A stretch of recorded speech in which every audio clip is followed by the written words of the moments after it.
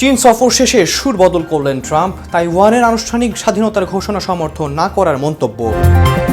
ওয়াশিংটনে সম্পন্ন হলো ইসরায়েল লেবাননের যুগান্তকারী বৈঠক, কতদিন টিকবে ভঙ্গুর যুদ্ধবিরতির মেয়াদ। ভোটশালা নিয়ে হাইকোর্টের রায়কে ঘিরে উত্তপ্ত ভারত, ধর্মীয় ও রাজনৈতিক মহলে তীব্র প্রতিক্রিয়া। এবার মরক্কোর হয়ে বিশ্বকাপ খেলবেন ফ্রান্স তারকা, বিশ্বকাপ যাত্রায় তবে কি শক্তিশালী অবস্থানে আফ্রিকান জায়ান্ট। সৌদির অনাগ্রহে ভেস্তে গেল আমিরাতের উদ্যোগ, তবে কি ইরানের বিরুদ্ধে সম্মিলিত হামলার পরিকল্পনা। আসসালামু আলাইকুম দর্শক, আমন্ত্রণ নিরপেক্ষ আজকের বিষয়ে আলোচিত সর্বশেষ সংবাদে আপনাদের সঙ্গে আমি আছি আহমদ ইমতিয়াজ। দেখছিলেন প্রধান শিরোনাম, এবার বিস্তারিত। বিশ্ব রাজনীতিতে রাতারাতি সুর বদল নতুন কোনো ঘটনা নয়। মার্কিন প্রেসিডেন্ট ডোনাল্ড ট্রাম্পের ক্ষেত্রে এটি যেন আরও সাধারণ ঘটনা। এবার চীন সফর শেষ করতে না করতেই দীর্ঘদিনের মিত্রদেশ তাইওয়ানকে দিলেন এক চরম হুঁশিয়ারি। তবে কি সেই হুঁশিয়ারি? মিমি মজুমদারের ডেস্ক রিপোর্টে থাকছে বিস্তারিত। বেইজিং সফর শেষ করতে না করতেই দীর্ঘদিনের মিত্র তাইওয়ানকে কড়া সতর্কবার্তা দিলেন মার্কিন প্রেসিডেন্ট ডোনাল্ড ট্রাম্প। সাফ জানিয়ে দিলেন তাইওয়ানের আনুষ্ঠানিক স্বাধীনতা ঘোষণা তিনি মোটেও সমর্থন করেন না। এমনকি গত বছর ট্রাম্প প্রশাসনের ঘোষিত $1100 কোটি অস্ত্র বিক্রির সিদ্ধান্ত এখন পুনর্বিবেচনার টেবিলে। বেইজিংয়ে শি জিনপিং এর সঙ্গে দ্বিপাক্ষিক বৈঠকের পর ট্রাম্পের এই আকস্মিক অবস্থান পরিবর্তন বিশ্ব রাজনীতিতে তৈরি করেছে নতুন সমীকরণ। 3 দিনের সরকারি সফর শেষে বেইজিং থেকে ওয়াশিংটনে ফিরেই মার্কিন গণমাধ্যম ফক্স নিউজকে দেওয়া এক সাক্ষাৎকারে বিস্ফোরক মন্তব্য করেন ডোনাল্ড ট্রাম্প। স্বশাসিত দ্বীপ ভূখণ্ড তাইওয়ানের স্বাধীনতার প্রশ্নে যুক্তরাষ্ট্রের দীর্ঘদিনের কৌশলগত ধোঁয়াশা নীতি থেকে এক প্রকার সরে এসে ট্রাম্প বলেন, আমি চাই না কেউ স্বাধীন হয়ে যাক, আমরা যুদ্ধ চাই না। ট্রাম্পের মতে বর্তমান পরিস্থিতি যেমন আছে তেমনই থাকা উচিত।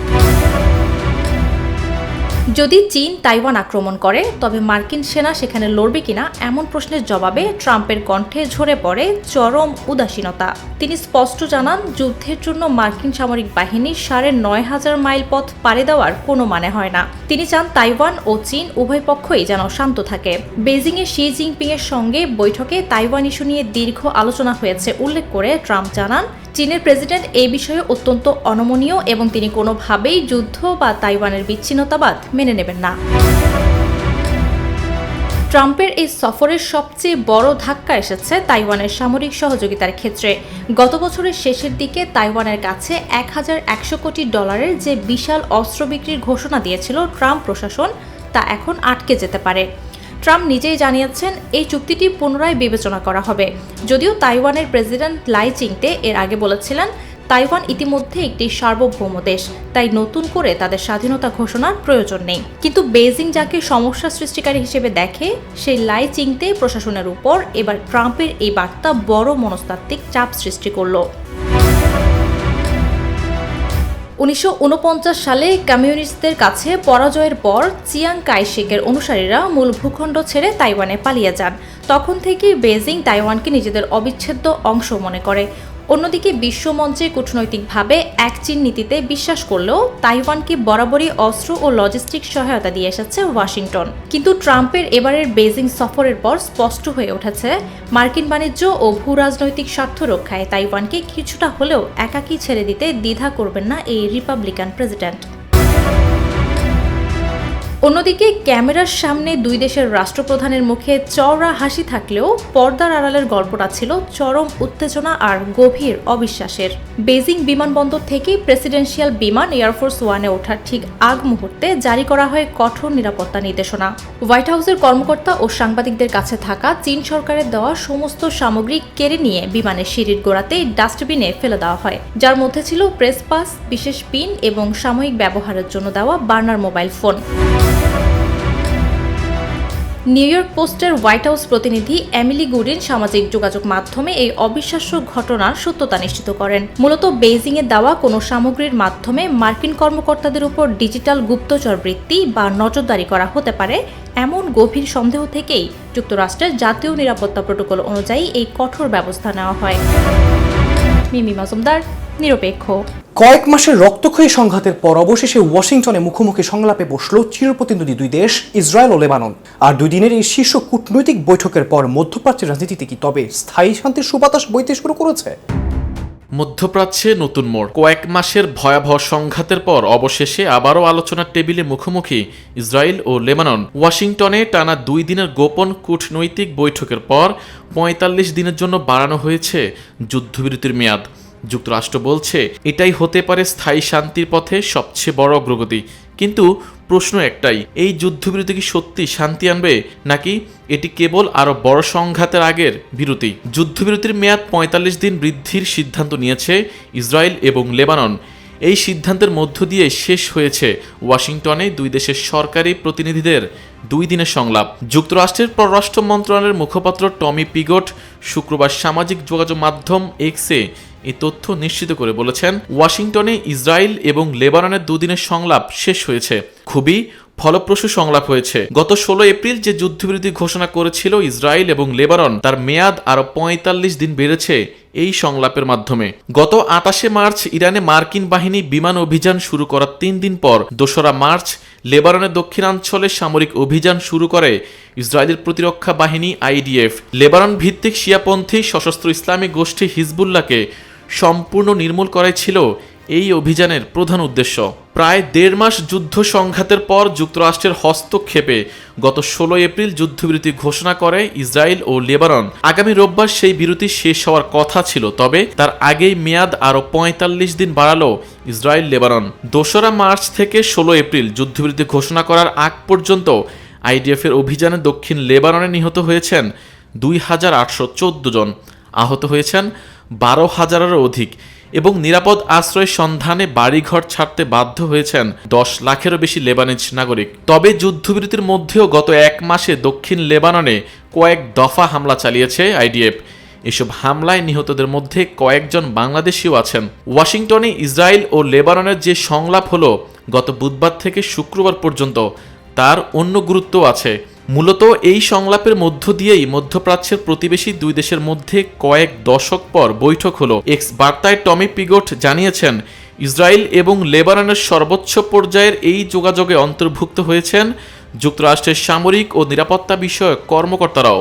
আগামী 29 এপ্রিলের মধ্যে মার্কিন সামরিক বাহিনীর সদর দপ্তর পেন্টাগনের কর্মকর্তারা 2 দেশের মধ্যে নতুন একটি নিরাপত্তা লাইন প্রস্তাব করবেন। তার ভিত্তিতে 2রা থেকে 3রা জুন পর্যন্ত ফের বৈঠকে বসবেন ইসরায়েল ও লেবাননের প্রতিনিধিরা।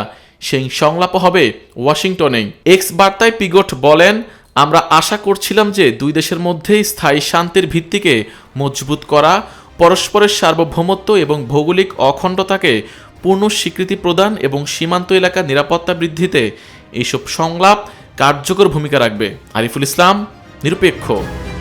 ভারতের বুকে এবার আরও একটি ঐতিহাসিক স্থাপনা নিয়ে এমন এক রায় এলো যা এক ঝটকায় বদলে দিল দীর্ঘ 23 বছরের পুরনো এক নিয়মকে। আর এই একটি রায়কে ঘিরেই এই মুহূর্তে পুরো ভারতে ছড়িয়ে পড়েছে তুমুল উত্তেজনা। অযোধ্যার পর কি তবে এবার মধ্যপ্রদেশ? ভারতের ভোজশালাকে মসজিদ নয় মন্দির স্বীকৃতি মধ্যপ্রদেশ হাইকোর্টের। আর এই রায়কে ঘিরেই উত্তেজনা ছড়িয়ে পড়েছে পুরো ভারতে। মধ্যপ্রদেশ হাইকোর্টের ইন্দোর বেঞ্চ একটি গুরুত্বপূর্ণ রায় জানিয়েছে, ভোজশালা চত্বরকে এখন থেকে হিন্দু মন্দির হিসেবে বিবেচনা করা হবে। আদালতের মতে এটি দেবী সরস্বতী বা বাগদেবীর মন্দির হিসেবে ধর্মীয় গুরুত্ব বহন করে। এই রায়ের ফলে হিন্দু পক্ষকে সেখানে পূজা করার অধিকার দেওয়া হয়েছে। একই সঙ্গে পুরো চত্বরের প্রশাসনিক দায়িত্ব থাকবে ভারতের আর্কিওলজিক্যাল সার্ভে অব ইন্ডিয়া বা ASI এর অধীনে।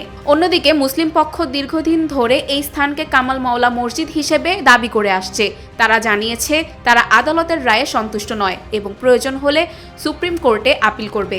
আদালত আরও নির্দেশ দিয়েছে, মুসলিম সম্প্রদায় চাইলে সরকারের কাছে বিকল্প জায়গায় আবেদন করতে পারবে মসজিদ নির্মাণের জন্য। হাইকোর্ট তাদের পর্যবেক্ষণে জানায়, ঐতিহাসিক নথি, প্রত্নতাত্ত্বিক তথ্য এবং দীর্ঘদিনের ধর্মীয় চর্চা বিবেচনা করেই এই সিদ্ধান্ত নেওয়া হয়েছে। আদালতের মতে এখানে হিন্দু পূজার ধারাবাহিকতা দীর্ঘদিন ধরে চলমান ছিল। ভোজশালা নিয়ে এই বিতর্ক নতুন নয়। দীর্ঘদিন ধরে হিন্দু ও মুসলিম উভয় পক্ষেই এই স্থানের মালিকানা ও ধর্মীয় পরিচয় নিয়ে দাবি করে আসছে। 2003 সাল থেকে এখানে একটি বিশেষ ব্যবস্থা চালু ছিল। মঙ্গলবার হিন্দুদের পূজা এবং শুক্রবার মুসলিমদের নামাজের অনুমতি দেওয়া হতো। তবে সময়ের সঙ্গে সঙ্গে এই বিতর্ক আদালত পর্যন্ত গড়ায়। 2024 সালে আর্কিওলজি সার্ভে অব ইন্ডিয়া প্রায় 98 দিন ধরে এই স্থানটির বৈজ্ঞানিক জরিপ করে। সেই রিপোর্টের ভিত্তিতেই আদালত এই রায় ঘোষণা করেছে বলে জানা গেছে। রায়ের পর এলাকায় প্রশাসন সতর্ক অবস্থানে রয়েছে যাতে কোনো ধরনের অশান্তি সৃষ্টি না হয়। উভয় পক্ষকেই শান্তি বজায় রাখার আহ্বান জানানো হয়েছে। এখন এই রায় ঘিরে নতুন করে বিতর্ক শুরু হয়েছে রাজনৈতিক ও ধর্মীয় মহলে। এক পক্ষ এটিকে ঐতিহাসিক ন্যায় বিচার বলছে, অন্য পক্ষ বলছে এটি তাদের ধর্মীয় অধিকারে আঘাত। সব মিলিয়ে ভোজশালা বিতর্ক এখন ভারতের অন্যতম আলোচিত একটি বিষয় হয়ে দাঁড়িয়েছে। নুসরাত আফরিন তিশা, নিরপেক্ষ। বিশ্বজুড়ে ক্রীড়াপ্রেমীদের জন্য সবচেয়ে উন্মাদনার কেন্দ্রবিন্দু হলো ফুটবল বিশ্বকাপ। একটি গোল পোস্টে বল জড়ানো মানেই গ্যালারির এক পাশে উৎসবে মেতে ওঠা, আবার অন্য পাশ হতাশা আর অশ্রুসিক্ততায় চুপসে যাওয়া। তবু ফুটবল ভক্তদের নজরে এখন 2026 সালের বিশ্বকাপের দিকে। নানা নাটকীয়তায় ঘেরা এই লড়াই শুরু হওয়ার আগে এবার ঘটল এক চমকপ্রদ ঘটনা। বিস্তারিত প্রতিবেদনে। বিশ্বকাপের বাকি আর 26 দিন। ইনজুরি সমস্যা আর বাজে ফর্মের কারণে যেখানে বাদ পড়ছে তারকা ফুটবলাররা, সেখানে ক্লাব ফুটবলের মতো এবার বিশ্বকাপেও দল বদলের নাটকীয়তার কমতি নেই। প্রশ্ন উঠছে, দল বদলের এই সুযোগ কতটা কাজে লাগাতে পারবে আফ্রিকান জায়ান্ট মরক্কো। জন্ম নিয়েছেন ফ্রান্সে, এমনকি তাদের বয়স ভিত্তিক দলের হয়ে ইউরোপিয়ান চ্যাম্পিয়নশিপে অধিনায়কত্ব করেছেন 18 বছর বয়সী মিডফিল্ডার আয়ুব বুয়াদি। কিন্তু জাতীয় দলের হয়ে তিনি 2026 ফিফা ফুটবল খেলতে বেছে নিলেন মরক্কোকে। আসন্ন মেগা ইভেন্টের আগে ফিফা তার জাতীয়তা পরিবর্তনের আবেদন অনুমোদন করেছে। মরক্কান বংশোদ্ভূত বুয়াদি ফরাসি লিগ ওয়ানের অন্যতম প্রতিভাবান মিডফিল্ডারদের একজন। তাকে নিজেদের জার্সিতে খেলানোর অনুমতি পাওয়া তথ্য জানিয়ে রয়্যাল মরক্কান ফুটবল ফেডারেশন জানিয়েছে। ফিফার প্লেয়ার্স স্ট্যাটাস চেম্বারের কাছ থেকে আসা সিদ্ধান্তে জানা গেছে বুয়াদির ক্রীড়া জাতীয়তা পরিবর্তনের আবেদন অনুমোদিত হয়েছে। ফলে এখন থেকে মরক্কোর হয়ে সব আন্তর্জাতিক প্রতিযোগিতায় খেলার জন্য তাৎক্ষণিকভাবে যোগ্য বিবেচিত হবেন তিনি। আয়ুব বুয়াদি এর আগে বয়সভিত্তিক পর্যায়ে ফ্রান্সের প্রতিনিধিত্ব করেছেন। সর্বশেষ লুক্সেমবার্গের বিপক্ষে ইউরোপিয়ান চ্যাম্পিয়নশিপ বাছাই পর্বের ম্যাচে ফ্রান্স অনূর্ধ্ব 21 দলের অধিনায়ক ছিলেন তিনি। তবে বিশ্বকাপে তিনি শেষ পর্যন্ত মরক্কোর হয়েই আন্তর্জাতিক ক্যারিয়ার গড়ার সিদ্ধান্ত নিয়েছেন। লিগ ওয়ানের অন্যতম প্রতিভা হিসেবে ধরা হয় বুয়াদিকে। বয়স 18 হলেও লিলের একাদশে নিজেকে প্রায় নিয়মিত করে ফেলেছেন। এখন পর্যন্ত গত 3 মৌসুমে সব প্রতিযোগিতা মিলিয়ে ক্লাবটির হয়ে 90টিরও বেশি ম্যাচ খেলেছেন আয়ুব বুয়াদি। এর আগে তিনি মাত্র 16 বছর 3 দিন বয়সে ইউরোপিয়ান ক্লাব প্রতিযোগিতার ম্যাচ খেলতে নেমে সর্বকনিষ্ঠ ফুটবলারের রেকর্ড গড়েন। এদিকে মরক্কো আগে থেকে দ্বৈত নাগরিকত্ব থাকা খেলোয়াড়দের দলে ফেরানোর ক্ষেত্রে জোর তৎপরতা দেখিয়ে আসছে। সম্প্রতি তারা ফ্রান্সে জন্ম নেওয়া আরেক ফুটবলার ইসা দিওপকেও দলে নিতে সক্ষম হয়েছে। একইভাবে আয়াক্স আমস্টারডামের ফুটবলার এবং সাবেক বেলজিয়াম অনূর্ধ্ব 19 দলের অধিনায়ক রায়ানে বুনিদাও মরক্কোর হয়ে খেলার সিদ্ধান্ত নিয়েছেন। সব মিলিয়ে সর্বশেষ 2022 কাতার বিশ্বকাপে চমক দেখানো মরক্কো এবার আরও শক্তিমত্তা নিয়ে 2026 আসরে নামার প্রস্তুতি নিচ্ছে। কয়েকদিনের মাঝেই আশরাফ হাকিমি, ব্রাহিম দিয়াজদের দেশ বিশ্বকাপের জন্য চূড়ান্ত স্কোয়াড ঘোষণা করবে। আগামী 11 জুন থেকে 19 জুলাই পর্যন্ত বিশ্বকাপে 23তম আসর বসবে যুক্তরাষ্ট্র, কানাডা ও মেক্সিকোতে। গত আসরে প্রথম আফ্রিকান ও আরব দেশ হিসেবে বিশ্বকাপের সেমিফাইনালে ওঠা মরক্কো এবার গ্রুপ সিতে খেলবে 5 বারের বিশ্ব চ্যাম্পিয়ন ব্রাজিল, হাইতি এবং স্কটল্যান্ডের সঙ্গে। আরিফুল ইসলাম, নিরপেক্ষ। মধ্যপ্রাচ্যের আকাশে আবারও ঘনীভূত হচ্ছে যুদ্ধের কালো মেঘ। ইরানকে ঘিরে গড়ে উঠেছে নতুন সামরিক সমীকরণ। আর কেনই বা ভেস্তে গেল সংযুক্ত আরব আমিরাতের একটি বড় ধরনের গোপন পরিকল্পনা? মধ্যপ্রাচ্যের রাজনীতিতে পর্দার আড়ালে ঠিক কি ঘটছে? ফাহমিদা বিনতে আনোয়ারের ডেস্ক রিপোর্টে থাকছে বিস্তারিত। ইরানকে ঘিরে এক চাঞ্চল্যকর কূটনৈতিক নাটকের তথ্য সামনে এনেছে আন্তর্জাতিক গণমাধ্যম, যেখানে আরব বিশ্বের কিছু দেশকে একত্রিত করে সমন্বিত সামরিক অবস্থান করার চেষ্টা হয়েছিল বলে জানা যাচ্ছে। মধ্যপ্রাচ্যে চলমান উত্তেজনার মধ্যে ইরানকে লক্ষ্য করে সমন্বিত সামরিক হামলার বিষয়ে কয়েকটি আরব দেশকে উদ্বুদ্ধ করার চেষ্টা করেছিল সংযুক্ত আরব আমিরাত। তবে সৌদি আরব সহ অধিকাংশ আরব দেশ এতে সম্মতি দেয়নি। মার্কিন সংবাদ মাধ্যম ব্লুমবার্গের এক প্রতিবেদনে এ তথ্য উঠে এসেছে। প্রতিবেদন অনুযায়ী যুক্তরাষ্ট্র ও দখলদার ইসরায়েলের ইরান বিরোধী সামরিক অবস্থানের পর আমিরাত আঞ্চলিকভাবে আরও বড় ধরনের সমন্বিত উদ্যোগ নেওয়ার চেষ্টা করে। এ লক্ষ্যে বিভিন্ন আরব দেশের শীর্ষ নেতাদের সঙ্গে যোগাযোগ করেন সংযুক্ত আরব আমিরাতের প্রেসিডেন্ট শেখ মোহাম্মদ বিন জায়েদ আল নাহিয়ান, যাদের মধ্যে ছিলেন সৌদি আরবের ক্রাউন প্রিন্স মোহাম্মদ বিন সালমান। ব্লুমবার্গের প্রতিবেদনে বলা হয়েছে, আমিরাত চেয়েছিল ইরানের বিরুদ্ধে একটি সমন্বিত আরব সামরিক অবস্থান গড়ে তুলতে, তবে সংশ্লিষ্ট দেশগুলোর অনেকেই সরাসরি সংঘাতে জড়াতে অনাগ্রহ প্রকাশ করে। বিশেষ করে আঞ্চলিক যুদ্ধ আরও বিস্তৃত হওয়ার আশঙ্কা থেকেই অনেক দেশ সতর্ক অবস্থান নেয়। বিশ্লেষকদের মতে এ প্রস্তাবে সাড়া না পাওয়ায় আমিরাত আঞ্চলিক কূটনৈতিক অঙ্গনে কিছুটা বিচ্ছিন্নতা অনুভব শুরু করে। এমনকি ওপেক ও ওপেক প্লাস জোট থেকে আমিরাতের দূরত্ব তৈরির পেছনেও এই রাজনৈতিক মতপার্থক্যের প্রভাব থাকতে পারে বলে ধারণা করা হচ্ছে। প্রতিবেদনে আরও বলা হয়, গত মার্চ মাসে সৌদি আরব ইরানের সরাসরি হামলা চালিয়েছিল, তবে পরিস্থিতি দ্রুত উত্তপ্ত হয়ে উঠলে যুদ্ধ থামাতে মধ্যস্থতার উদ্যোগ নেয় পাকিস্তান। পাকিস্তানের কূটনৈতিক তৎপরতার পর সৌদি আরব সামরিক অবস্থান থেকে সরে এসে শান্তি প্রচেষ্টাকে গুরুত্ব দেয়। এতে সম্ভাব্য বৃহৎ আঞ্চলিক সংঘাত আপাতত এড়ানো সম্ভব হয় বলে মনে করছেন পর্যবেক্ষকরা। এদিকে যুদ্ধবন্ধে চলমান কূটনৈতিক প্রক্রিয়ায় নিজেদের গুরুত্বপূর্ণভাবে অন্তর্ভুক্ত না করায় আমিরাত অসন্তুষ্ট হয়েছিল বলেও প্রতিবেদনে উল্লেখ করা হয়েছে। আঞ্চলিক নিরাপত্তা ও কৌশলগত বিষয়ে নিজেদের বড় ভূমিকা প্রত্যাশা করলেও বাস্তবে সেই সুযোগ পায়নি দেশটি। অন্যদিকে ইরানের হামলার শিকার হওয়ার পর কাতারও পাল্টা সামরিক পদক্ষেপ নেওয়ার কথা বিবেচনা করেছিল বলে জানা যায়। বিশেষ করে কাতারের রাস লাফান তরলীকৃত প্রাকৃতিক গ্যাস প্ল্যান্টে হামলার পর দেশটি ক্ষুব্ধ হয়ে ওঠে। বিশ্বের সবচেয়ে বড় এলএনজি স্থাপনাগুলোর একটি হিসেবে পরিচিত এই প্ল্যান্টে হামলার ঘটনা আন্তর্জাতিক জ্বালানি বাজারেও উদ্বেগ সৃষ্টি করে। তবে শেষ পর্যন্ত কাতার সরাসরি হামলার সিদ্ধান্ত থেকে সরে আসে। ব্লুমবার্গ জানিয়েছে, ইরানের বিরুদ্ধে সমন্বিত আরব হামলার সম্ভাব্য পরিকল্পনা সম্পর্কে যুক্তরাষ্ট্র প্রশাসন অবগত ছিল। পাশাপাশি আমিরাত চেয়েছিল যুক্তরাষ্ট্র ও কাতারও এই উদ্যোগে সক্রিয়ভাবে যুক্ত হোক। বিশ্লেষকদের মতে মধ্যপ্রাচ্যের ভূ রাজনৈতিক বাস্তবতায় ইরানকে ঘিরে নতুন করে উত্তেজনা তৈরি হয়েছে, তা ভবিষ্যতে আঞ্চলিক নিরাপত্তা পরিস্থিতিকে আরও জটিল করে তুলতে পারে। একই সঙ্গে কূটনৈতিক সমঝোতা ও সামরিক অবস্থানের দ্বৈত বাস্তবতা মধ্যপ্রাচ্যকে আবারও অনিশ্চয়তার দিকে ঠেলে দিচ্ছে। মধ্যপ্রাচ্যের এই জটিল কূটনৈতিক সমীকরণে ইরানকে ঘিরে যেসব গোপন আলোচনা ও সম্ভাব্য সামরিক অবস্থান সামনে এসেছে, তা আঞ্চলিক রাজনীতিকে নতুন এক অনিশ্চয়তার দিকে ঠেলে দিচ্ছে। শেষ পর্যন্ত এই উত্তেজনা যুদ্ধের দিকে গড়াবে নাকি কূটনৈতিক সমঝোতার টেবিলে এসে থামবে, সেটি এখন দেখার বিষয়। মধ্যপ্রাচ্যের প্রতিটি সিদ্ধান্তই এখন পুরো বিশ্বের নিরাপত্তা ও অর্থনীতির ওপর গভীর প্রভাব ফেলতে পারে। নুসরাত আফরিন তিশা, নিরপেক্ষ। ইরান যুক্তরাষ্ট্র সংঘাতের প্রভাব ছড়িয়ে পড়েছে গোটা বিশ্বে, যার প্রভাবে ভঙ্গুর হয়ে আছে বৈশ্বিক অর্থনীতি। ইরানের হার না মানার শর্তে এখন মেলেনি যুদ্ধবন্ধে দীর্ঘমেয়াদী কোনো কূটনৈতিক সমাধান। তবে এবার যুদ্ধবন্ধে চীনের উপর ভরসা রাখতে আগ্রহ প্রকাশ করেছে ইরান। ইরানের জন্য চীনের মধ্যস্থতা ঠিক কতটা স্বস্তিদায়ক হতে পারে, বিস্তারিত ডেস্ক রিপোর্টে। গভীর অনিশ্চয়তা আর যুদ্ধের উত্তপ্ত আবহে হঠাৎই কূটনৈতিক অঙ্গনে নতুন বার্তা।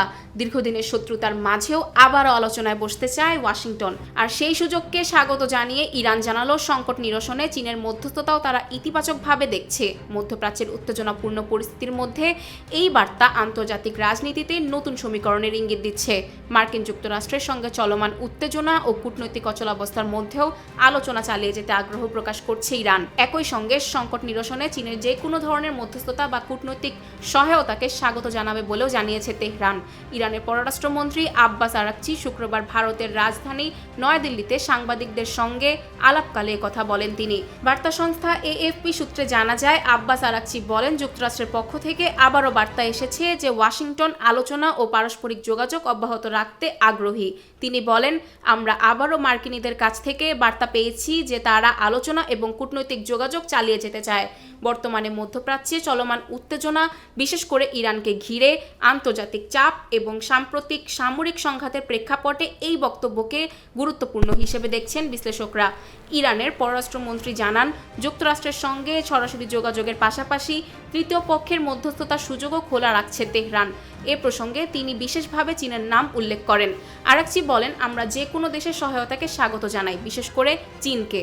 তিনি আরও জানান, চীনের সঙ্গে ইরানের দীর্ঘদিনের ঘনিষ্ঠ ও কৌশলগত সম্পর্ক রয়েছে। ফলে বেইজিং যদি কূটনৈতিক প্রক্রিয়ায় সক্রিয় ভূমিকা রাখতে চায় তাহলে তা ইরান ইতিবাচকভাবে দেখবে। এর আগে যুক্তরাষ্ট্রের প্রেসিডেন্ট ডোনাল্ড ট্রাম্প দাবি করেন চীনের প্রেসিডেন্ট শি জিনপিং হরমুজ প্রণালী পুনরায় খুলে দিতে সহায়তার প্রস্তাব দিয়েছেন।